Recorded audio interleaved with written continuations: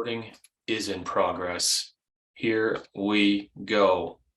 What's up, Restoration Rebels? Andy McCabe here with Claims Delegates. It is the 29th of September 2022, and this is the Restoration Rebel Roundtable every Thursday, live-ish from Rebel Central in Bend, Oregon. Here we go. We're going to do the do. Rebel agreement number one: I will protect the value of my services. I will never provide free services, as this only serves to erode the value of similar services industry-wide. Number two, I will practice incredible transparency. I will explain the claims process in detail to my client. I will not hide pricing details or manipulate reports. I will not communicate with a third party without also communicating with my client. Agreement number three, I do not believe in competition. Let it sink in. Think about that. If there's no competition, who is your competition? Yourself. You're competing against yourself. You're putting your best self out there. The restoration companies in my market are part of my community. I will be an active member of my community. It is our unbreakable unity that will create the change that we strive for. And number four, I'm willing to walk away from any project, client, contract that is not compatible with my values and stated mission. No relationship is worth losing money, sleep, or my humanity. And that is it. Joseph Spears, what is your mission? What is your mission? Do you have one? I've got lots of missions and all. I mean, honestly, it's my mission is to help the industry as a whole get a, for lack of a better phrase, a standard across the board that'll help make sure that everybody is being successful. There's so much variation between styles and even just within Xactimate by itself and all that. It's one of the major reasons why we have so much issues is, you know, everyone writes so much differently. There's a standard for water, there's a standard for mold, but we don't really have any standard. And, you know, my mission is to help try to be, you know, help people comment on things to, you know, help us all standardize the way the estimates are, you know, written or laid out, and also we can all profit from it in a better method and not have as much stress in our lives of having to argue estimates all day long. Yeah, I could get behind that mission. I appreciate that mission. Yeah. And to make lots of money. I like money, and my kids like spending my money, so I can't make enough of it. Tell me about it. I've got, we've got this thing called the Mountain Bachelor Sports Education Foundation, and they do ski. It's kind of a ski snowboard club. I got mountain biking in the summertime, but to get my kids into that program, they go to the mountain 3 days a week in the wintertime, and it's going to be $1,500 a month for the next 6 months. And yeah. You want to talk about mission? You can't have a mission if it doesn't include money. You got to make a living. You can't. There's no sense in having a mission and going broke doing it. So this is the. I'm going to keep it short today. We're going to get in and we're going to get out. But I wanted to give everyone that maybe wanted to ask some questions related to hurricane response the chance to get in here. So we'll just talk amongst ourselves for a few minutes to see if anyone wants to jump in on that conversation. Number one question in the group and elsewhere probably today is, should I go? And my answer is the same today as it was last year, as it was before, the year before that, as a year before that. If you're asking yourself that question today, the answer is no. You probably shouldn't go because you didn't plan to go. If you started your thinking about responding to hurricane when you saw this thing cross over Cuba, you probably shouldn't go. You're not prepared. You don't have the experience. Just don't do yourself a favor. Do us everyone else a favor. Don't go. Now, if you get invited to go, if you have someone say, "Hey, I really need some help down here," that's a different story. You've got somebody with boots on the ground. You got somebody bird dogging. You got somebody with signed jobs, and they're quickly getting overwhelmed. That's going to happen times 1,000. That's legitimate. Think about going. But before you go, make sure you have an agreement. Make sure you know that the person that you're going for is well funded. Make sure that they're not a fly by night and they're promising this guy, oh, it's going to be tons of money. Oh no, I can't pay you anything right now, but it's going to be tons of money on the back end. Red flag. Red flag. You want to go with someone who is capitalized and organized and sophisticated enough that you get an agreement on paper before you leave your home state or your home market to go respond to this stuff. There's going to be a need, but none of us need to go lose our shirts and come back licking our wounds, especially when we're leaving our home markets unattended, right? And that's issue number 3 is do you really want to go to a disaster zone and leave your home market and run the risk of all your clients and customers or potential customers in your home market that may need your services? You're not going to be there. Someone else is going to service those customers, and someone else is going to create new clients that could have been yours if you were home. So yeah, go ahead, Joe. What's up? I mean, I'm going to tell you right now, I think it's bad business. And I mean, even if you do have a hookup, I just think going down there is bad business all around. Like, I would much rather, if it was me, I'd be prepping, waiting, maybe doing the Carolinas, Georgia area when the hurricane hits. Florida, if you're not experienced with working in Florida is an entirely different beast compared to the rest of the country. It's a certifiable shit show. It's just, I mean, what most policies are 2% of the value of the property, and then a lot of the policies only have a $3,000 cap on dry out. 3 to 5 on water. Yep. Like, fuck, part of my language, guys, but fuck that. Most of those houses are going to be full guts. Yep. And you're only going to get paid between $3,000 and $5,000 for a full gut. You're out of your mind. I wouldn't go to Florida unless I'm doing some kind of a commercial loss where I'm not worrying so much about insurance and I'm working with, a property management company or something like that. There, you couldn't pay me enough to actually go down there and do work, because you're going to waste your money. You're going to waste your time. You're not going to have the supplies like you would up here because everything's already sold out, and you're going to end up sitting around on the beach with a bunch of drunk water techs not doing shit. Like, going to Florida is a bad idea. Yeah, I mean, if you're going chasing residential in Florida, yeah, don't do it. You have to know what you're getting into. Do it. The insurance market there is the toughest in the country. There are the least protections for you as a contractor, and really the least coverages for clients, for insureds. The insurance companies own Florida. They own it. And even, I mean, they're not there's a lot of captive, or I'm sorry, what do they call them? What's Citizens? Citizens is well, they have to take all comers, right? They're the insurer of last resort. And there's a reason that the market is so messed up, because the major insurers pulled out a long, long time ago. And then the politicians got involved in the insurance market. And it is hard.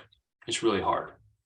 I mean, a 2% property value, if it's $100,000 home, that's what? Easy 2% deductible? Yeah. Yeah. I mean, that's, you don't have $100,000 home. Yeah. I mean, but these people don't, I mean, you really think the insurance is going to hold it off? They're going to hold it off from you because you're going to be wanting to turn in these big estimates like we're used to. Oh, the whole house is flooded, and everything. Only thing going to save is the ceiling. It's all the kitchen cabinets. They're going to hold it all out from you until you collect from the homeowner, and then tell you that they're only going to pay $3,000 to $5,000 max.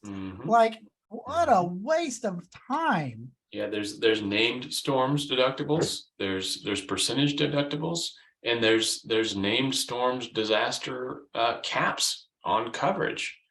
And so yeah, don't also, unless you know. Florida is one of the most I'll sue the contractor in a heartbeat states I know of. Like, they don't play around. If they think for a second you're trying to play, negotiate and everything else, they're going to grab your ass and take you down with them. Like, they are not. It is, like I said, anybody that's listening and stuff, you're much better. If you're thinking of, I want to get a piece of pie, go to Georgia, go to South Carolina, those areas are going to have plenty of work, and they have half the requirements that what you're going to see down in Florida. Yeah, That's, Florida's I mean, that's really, my opinion. really, really hard. Really, really hard. That all being said, there is money to be made there. You just have to be smart about it. You have to be organized about it. You have to be intentional about it. Take your own plywood. Take your own everything. Take your own everything. If you don't have it when you leave, you're not going to get it there. Man, this is they're talking about the top 4 or 5 storm ever in recorded history. That's no joke, man. Infrastructure is going to be wiped out for weeks. Yeah, I I'm would. not going to call Sunbelt and say, hey, I need a trailer mount. Like, those are all taken over. No. You know, so you're going to be lucky if you get within, I mean, hotels are going to be a pain in the butt. Like, it is, if you've never done cat response work, this is not the one to go do it. This ain't the storm. This ain't your storm. I hate putting it that way because I know there's a lot of money down there, but it's going to be a lot of headache. Yeah. Now that all being said, we have members in the group from Florida. What's up, Eli? What's up? Hey, what's going on? I sorry I was on a call, but I heard you were talking about the Ian and storm chasing, and actually I have a lot of questions regarding that. So I think we're on the same page. Well, you'll be asking all the questions that everyone else is going to ask later. So we'll get them out of the way. But I want to say there are folks in the group. There are restoration rebels in Florida. They're from Florida. They're doing work in Florida. They're going to need help. That is a great scenario to come in. You've got an established company with established leads, and at least you know to a certain extent you can rely on them being capitalized enough to get you paid, or at least not blow smoke. Go down there, find somebody. I've already seen 4 or 5 different posts in the group. Hey, if I have a leads, we've got overflow work already. Today we've got overflow work. That's a great one. And that's a scenario where you go down, once again, have your agreement in place. If you're going to do a revenue share, what's that percentage? If you're just going to set the expectation. Set the expectations and put them in writing, and then go. But before you go, figure out where you're going to stay. You're not going to just go down there and call an Airbnb. Man, the Airbnb fiasco. What was the last one? Panama City Beach. Was it Hurricane Michael? Man, we actually ended up renting an Airbnb and it was gone. But the guy still took our money. So we got to be careful. You got to really, I mean, there's a reason that a lot of professional traveling cat adjusters, they got an RV. I mean, they just go boondock it for the duration of the project, because there's going to be you're not going to, the hotels that are open are going to be full.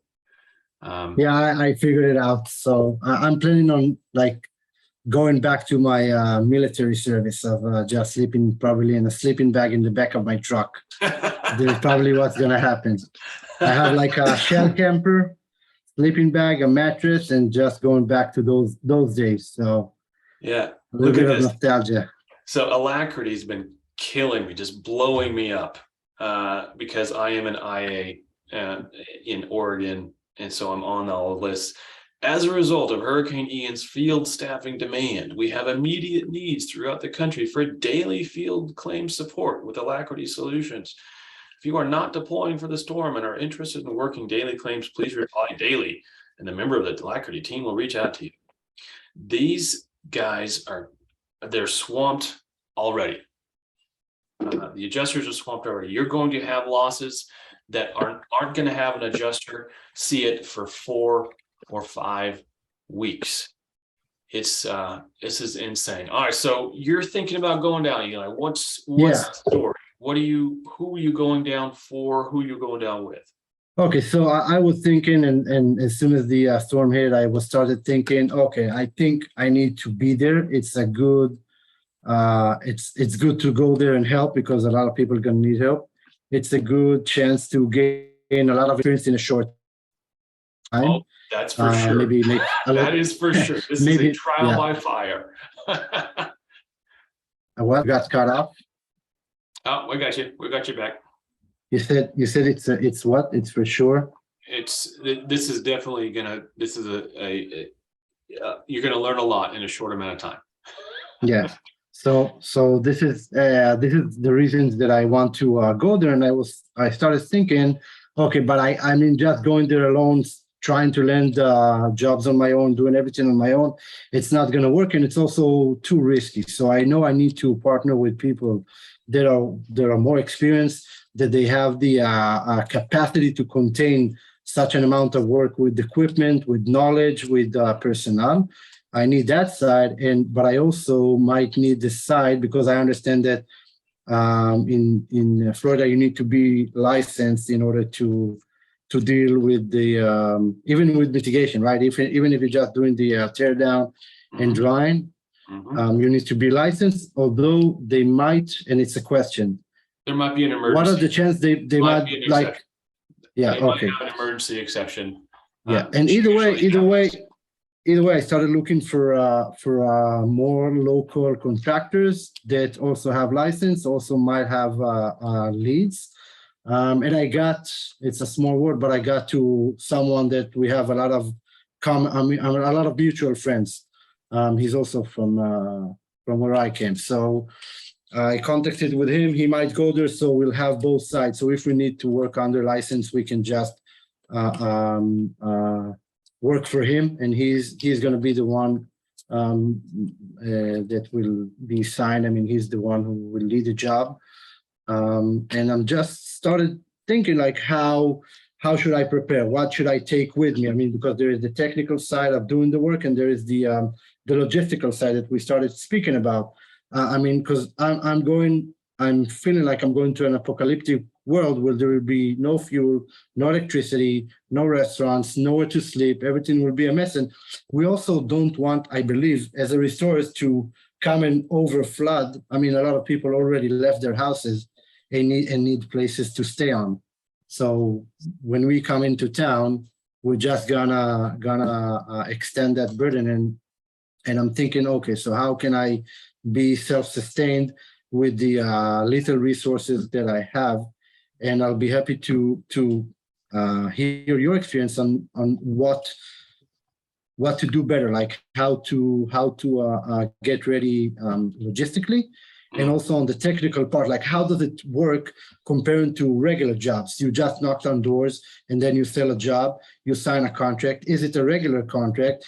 Do you collect any down payment? Do you apply? I saw one of the group wrote something about a lien that you, in order to make the insurance company pay faster. So I'm basically trying to build a process of what I'm doing logistically and how I'm addressing the more professional part of knocking on doors.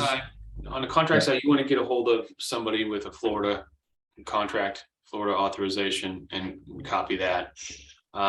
Lien notices, they're fairly standard across the country, but they are nuanced. So you want to make sure you have a Florida approved notification of right to lien in your contract package. I would not be afraid of taking deposits and not just deductibles. There's, after the freeze in Texas, it got to the point where I went down there for a contractor, and he paid me a flat rate for a week worth of work, which was great, but he was taking $2,000 deposits. If you didn't have $2,000, I'm sorry, you can't even get on our list. So to get on our list, it takes $2,000, and we'll guarantee you we'll be there in 3 days or something like that. But what you're going to do first and foremost, you're going to get somebody local, and you're going to get a lead list, and then you're going to call that list. But before you start calling that list, I would open a map and look at it, because the last thing you need to do. Where are you coming out of, Eli? Houston. Okay. So the last thing you need to do, well, not just being efficient with your route, that's a thing, but what if you get 20 leads for a mobile home park?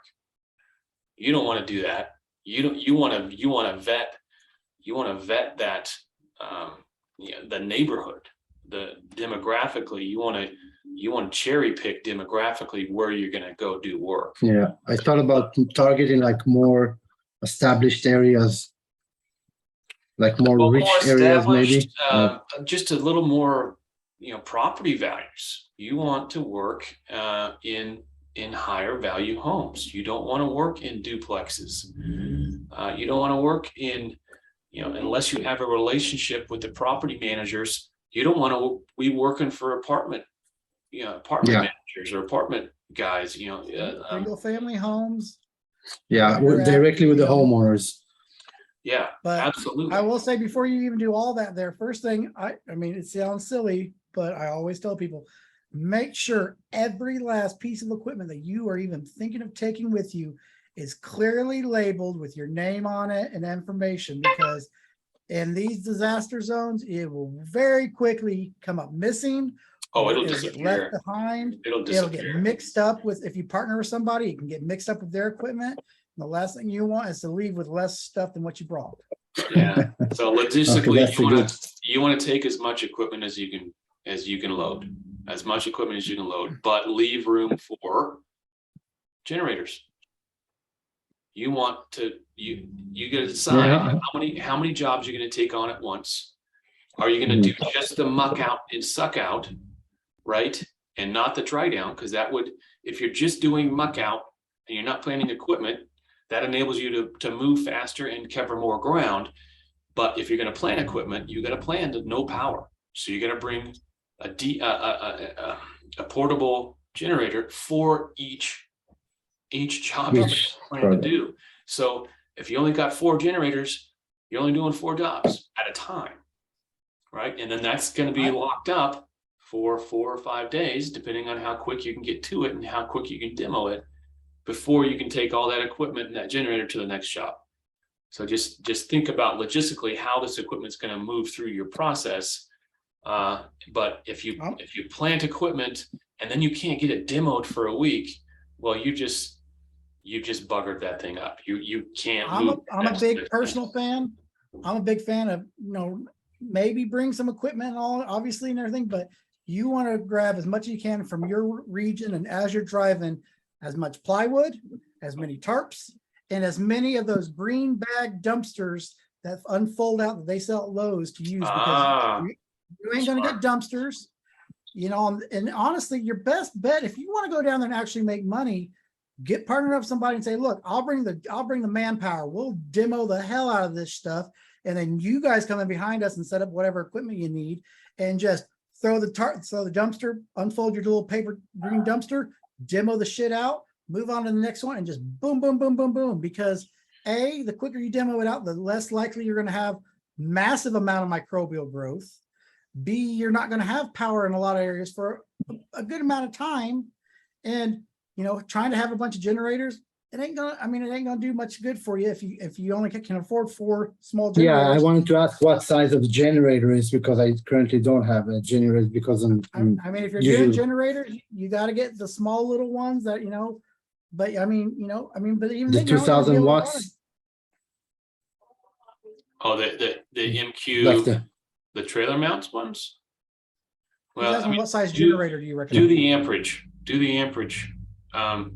What's an evolution? How many amps does evolution take? How many amps is each one of your air movers? Yes, I have that data.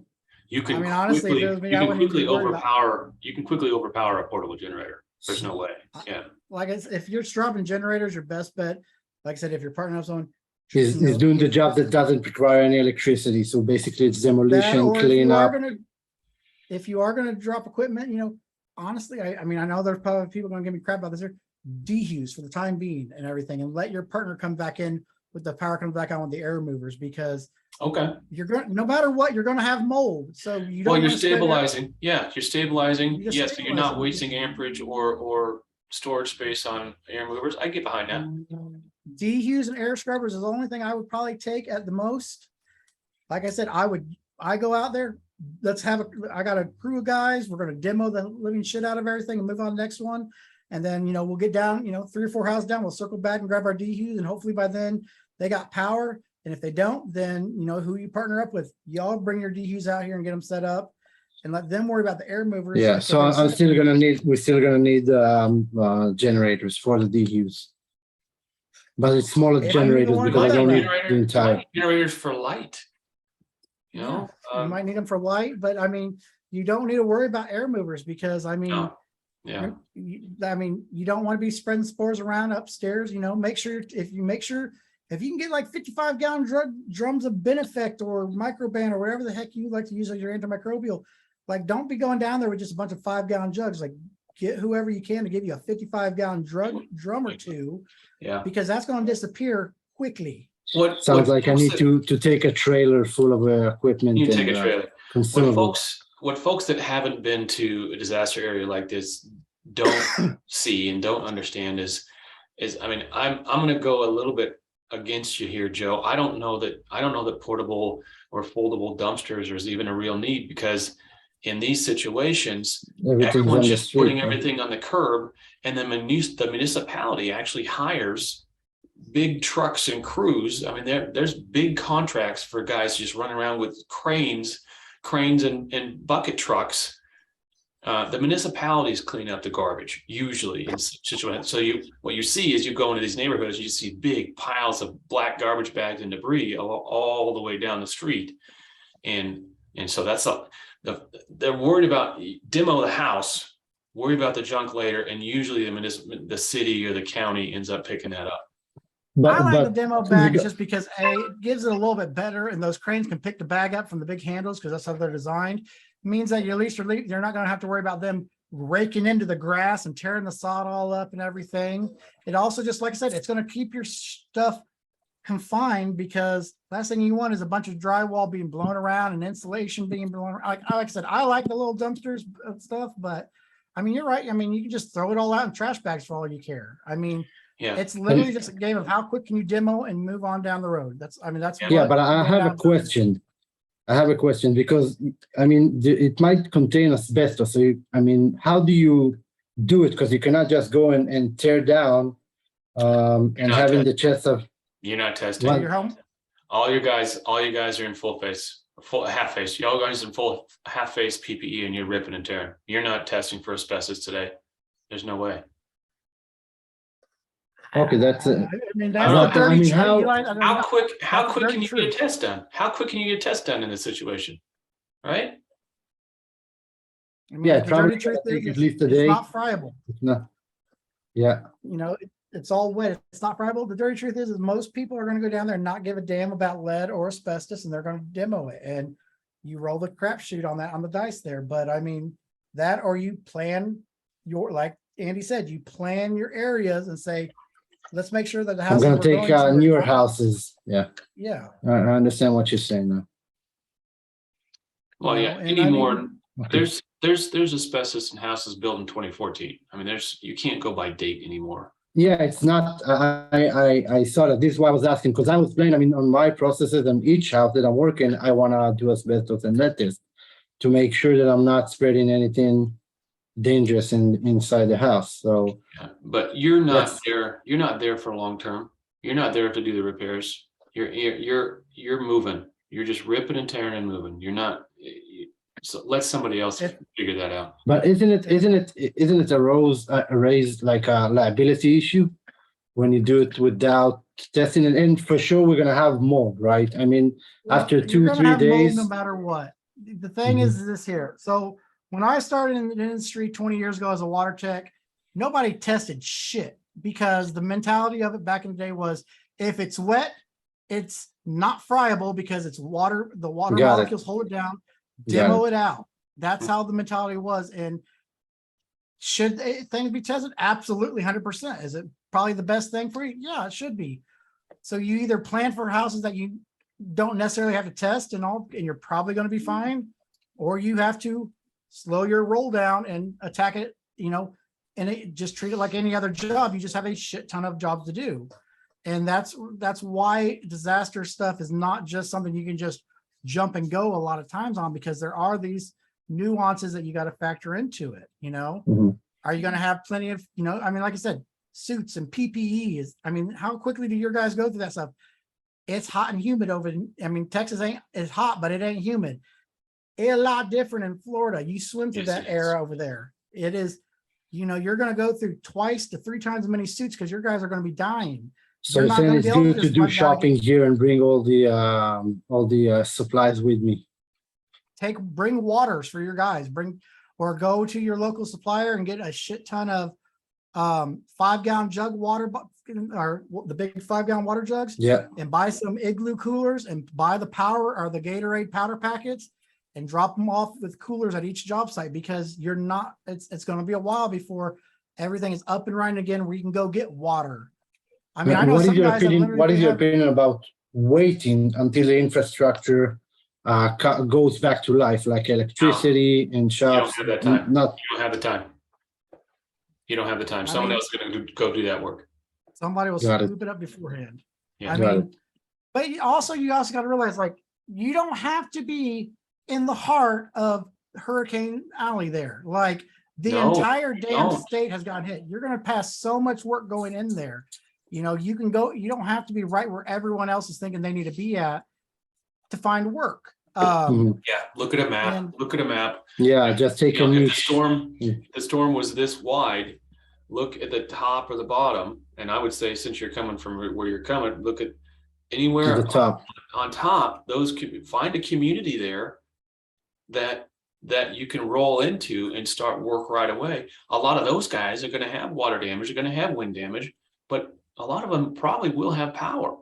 So, I mean, I know there's- guys that literally they have on the back of their truck or trailer, they bring their own porta potties, because bathroom facilities.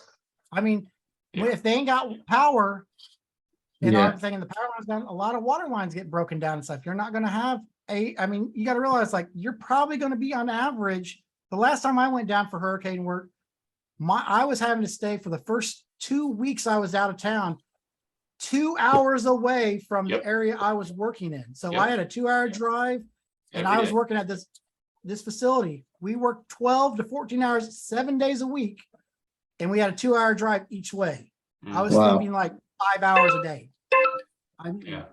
it's not the difference between hurricane response work and regular residential is this as much of a difference as between residential and commercial. You can't just go in there thinking, oh, I know how to do residential, I can knock this out and be okay. Like, it's something you have to think, what's in worst case scenario, what if I forget this here, how screwed am I going to be?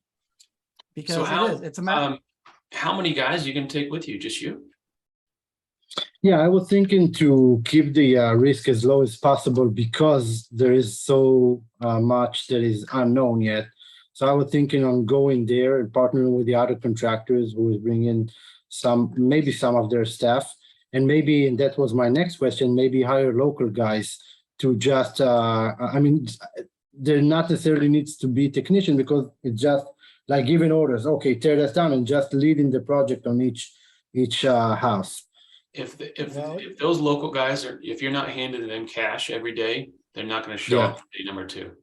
You don't give them cash on day 1, they're not going to show up at day number 2, and you got to give them cash every single day. Otherwise, you're not going to be able to rely on them. But if I'm taking guys from here, I need to take care of their food, accommodation, and it's a bigger risk. So I rather go there, start without employees, get a hold of understand what's going on, and then go looking for guys, because if I'm taking down payment, then I can afford starting paying out of those down payments for the labor itself. So this is like, I mean, if you've got a connection with like a People Ready, Express Staffing, temp labor force there in your area, call them up and put in a request and say, hey, I'm planning on this year. And sometimes you're going to vote high and say, hey, I need this many, but those are going to be your best places, because the last thing you want is just to find, Bob and Larry on the street saying, yeah, I'll come work for you. There's no vetting of them. You have no idea what they know. You don't know how, if they're just who they are, pilfer around. Like, it's like I said, it's a massively different situation. That's why so many people run through like the DKI initiative and all, where they partner up with these large conglomerates that pull everybody together, because it's a logistical nightmare when you're in a place that has very little water, hardly no power.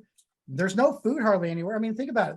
If the Mhm. houses are flooding up to the second story, you think any of the gas stations are gonna be there available to give you gas and No, give your guys soda pops and give them potato chips and all? No, like you've got to go down there and you got to stockpile as you drive. Yeah, And like I said, it's, I mean, depending on your availability, you're gonna do four. I mean, when we used to go down to residentials, we do 3-4 jobs, and then we would go and just chill at the beach for like 3 or 4 days while our machines at work, and then we'd go back and work some more because you can't we don't have. get to a point where you're just out of. We don't have any more trash bags. We're waiting for somebody from the office to to drive all the way around and bring it to us. We're out. There's no plywood. There's no gloves. yeah. We're out of it's- benefit. I mean, So- It sounds like I need to pack up all those stuff and just sell it there. Probably be more profitable than doing the job.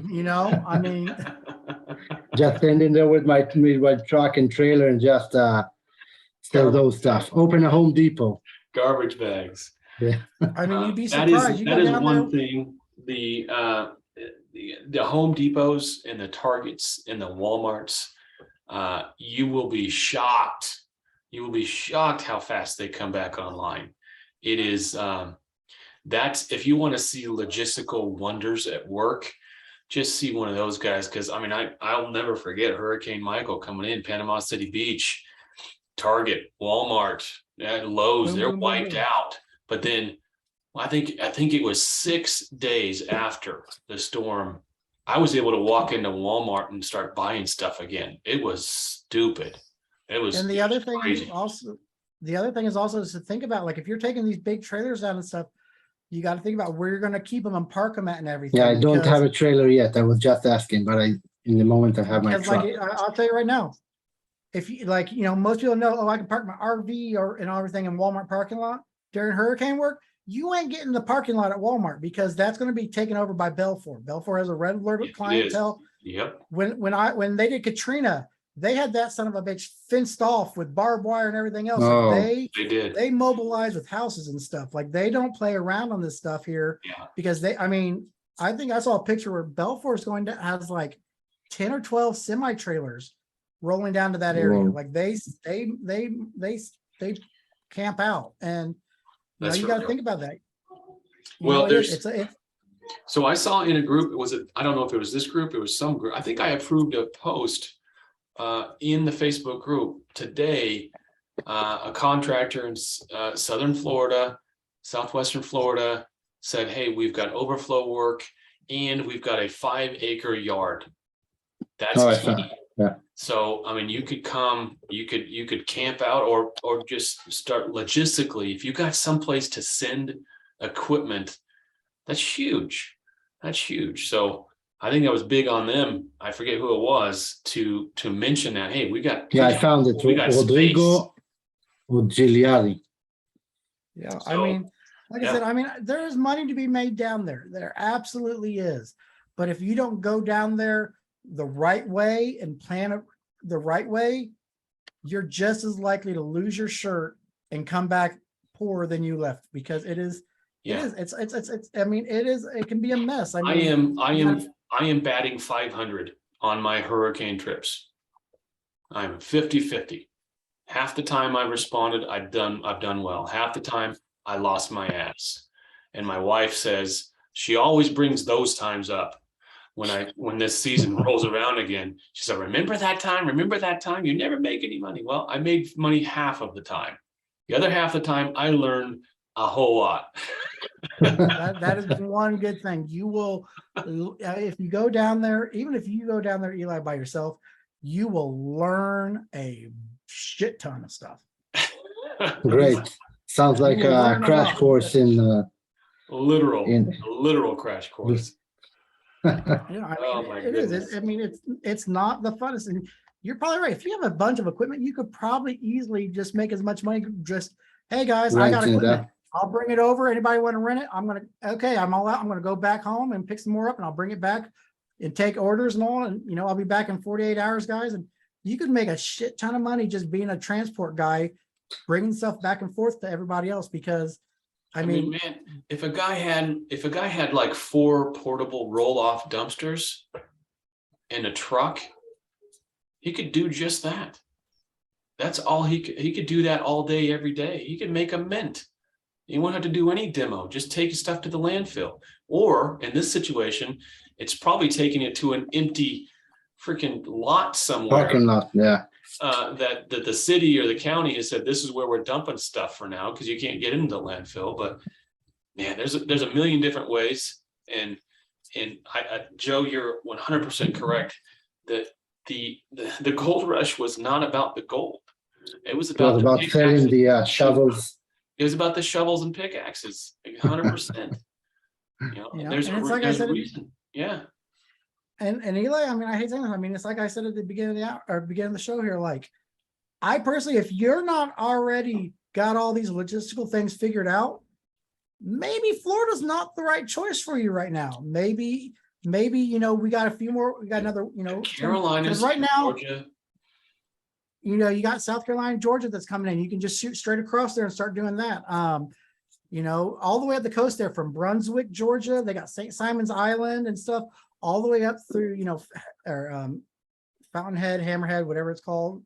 Those areas they're going to have lots of work, and they're not going to have the rule requirements as harsh as what you got to follow, but you're going to, everybody's focused here. Looking over here is going to might make a difference. Or maybe, like I said, maybe you just go over there in glad hand and just meet some people and get some contacts and get the experience for yourself. And then you wait and that way there, the next round of hurricane, because this is just started the season. I mean, there's another tropical swelling out in the ocean this way. There's another hurricane coming in across Mexico right now. I mean, it ain't going to affect us, but maybe you plan ahead for the next one here. But I mean, you want to be smart about it, because it is. If you don't have your ducks in a row, you're going to be in trouble. There you go. Yeah, so Here's Ian. I'm going to blow up a little bit. You can't see the entire storm. Thank you for that, Joseph. But I'm looking at, this is Ventusky, Charleston, North Carolina.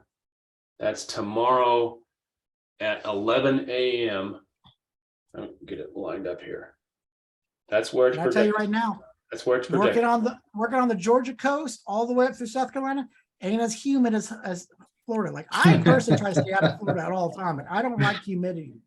And I don't know. Houston is not dry as well, but I don't like Florida. probably. I really don't. I've never enjoyed my time on any of the times I've gone to Florida. I just don't like it. Yeah, never been to the South Carolinas yet, so might be a good opportunity to visit there. And I mean, right now, you got to remember also, the people who are there right now, actively working right now, are the infrastructure people. Most homeowners probably haven't even came back home quite yet. No. It's going to be 3-4 days before that happens. Yeah. Yeah. I mean, the residential stuff won't start popping off until probably Saturday, Monday at the earliest. I'm going to say midweek. I'm going to say Wednesday next week. You're going to start seeing that start trickling. But I mean, if you can, if you're planning on doing the Carolinas instead, now's the time. Start messaging people in the groups and say, hey guys, I want to learn storm stuff. I want to go out to the Carolinas instead, and get somebody and say, hey, what can I do to help you out there? And that gives you another 3-4 days to get your shit together. Yeah. I mean, you almost can't over prepare for something like this. No. A second. He's running an office, rocking and rolling. Yeah, no, I mean, I don't know how many times I went down to hurricane work in Florida or tropical storm work, and literally you work for a couple of days and then you sit around and wait because there's no materials. You got to wait for the plywood. Stories are vanishing. Eventually, I locked my family outside the house. Yeah. So. No, I've never stopped. Once I go, I've never had any downtime. Every time I went, I was a water tech at the time. Like, okay. I wasn't. Okay. I mean, the last time I went, I was estimating, project managing, and like I said, we were working 12-hour days, 7 days a week on a long government facility property and all. I mean, here's a perfect example, Eli. Last time I went down, we did this place over in Brunswick, Georgia, right on the FGL. You couldn't get temp labor in the property because it was a federally controlled property. We had to use housekeepers. Do you know how hard it is to teach 75 housekeepers and cooks that have never swung a hammer how to demo out a property? It sucks. But you have to learn how to roll the dice like that. We got turned away from trailers on our jobs because they were, you know, like I said, this was a government facility, but you know, we weren't allowed, there was a security issue. Like you're going to run into crazy things like that there that you just can't plan, or, you know, that you're just not ready for sometimes. And you got to, if you can't roll the punches, you're going to be stuck there. Like, what do I do next? I mean, it can get insane sometimes down there. And especially with how bad it looks like it is. I mean, they're not even showing a whole, I mean, they're talking about it, but I mean, it's going to be weeks of them still talking about the weather and the damage down there. I mean, they're just now discovering it.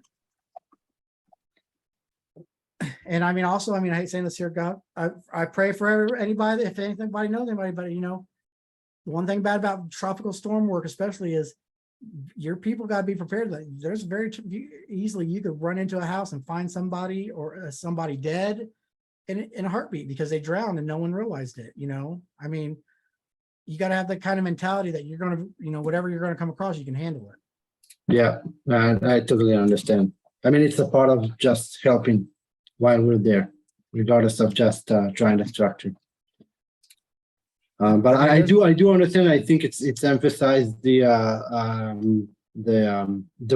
mean that the way to do it is be nimble and light, not taking anyone or any too much with me, and just try and connect with other contractors, just to be there, help, learn, build network and build a relationship. This storm and all, and then the next one comes over. Hey guys, when you guys need help next storm hits, give me a call. You know, we got a good relationship already. Let's do it. You know, and because I mean, like I said, if you got employees, you're gonna have to pay them for the hotel. You're gonna have to pay them per diem. Yeah, exactly. This I don't want to take that liability before I even know how I'm gonna make the money there and when I'm gonna get it. So this is why I want to stay self-sustained, light, and without a lot of liability for other people at the moment. I did want to ask. Yeah. Go ahead. I wanted to ask about the FEMA insurance. So basically, if it's flood water, all the, I mean, the insured is getting the money from FEMA once it's declared as a. FEMA is last resort stuff. FEMA is not flood insurance. Yeah, FEMA bill. You cannot bill the way you're used to billing with FEMA. They have their own rule sets for FEMA. Flood insurance is a special insurance, or the storm insurance and all. Like I said, that's the big thing also. Like that's one of the big things you got to figure out is, do you have a cap of, you know, 3,000 on your water damage? I'm probably not going to do the job because it's your entire house and all the kitchen cabinets and everything. Like a job that might normally run your company where you're at $20,000 to $30,000. Some of these people are only going to be able to give you $3,000 because that's all the insurance is going to give them. And you're going to have to either make a decision to do it for $3,000, or you're going to have to tell these people, you've got a 2% deductible. You're still going to have to pay, but your insurance is going to pay $3,000. I need another $10,000 to do your project, because they're not going to want to give you their insurance money that they get on the reconstruction side. I mean, think about the dirty side of this storm. All right, the dirty side is going to be the top side coming in. You know, from, if we're looking at it top to bottom, is going to be the top left-hand side of this storm, you know, according to this map. So this is the track it came through. The dirty side, Avian Park, Bowling Green, Fort Meade, Winter Haven, Lakeland, they probably got hammered. Where they're going to get hit harder than even Sebring, who looks like they got across the eye of the storm. So if I'm planning to go down there, I'm looking in Lakeland, Winter Haven, Kissimmee. Yeah, that's where I would be looking. You don't have to be on the ocean side. I mean, Naples. I mean, I got a buddy that lives in Naples and all.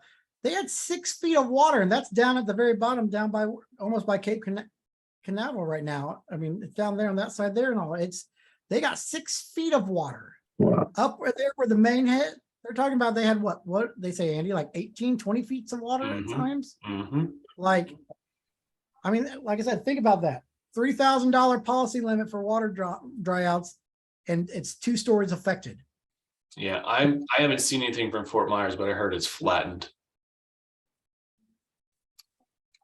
I mean, but you know, like I said, look up there where the light purple is, Andy. I mean, all right there, even along the panhandle there, all through right there where the red is there. that's prime territory that, people all want to factor down into those hard hit areas because that's going to be the big jobs.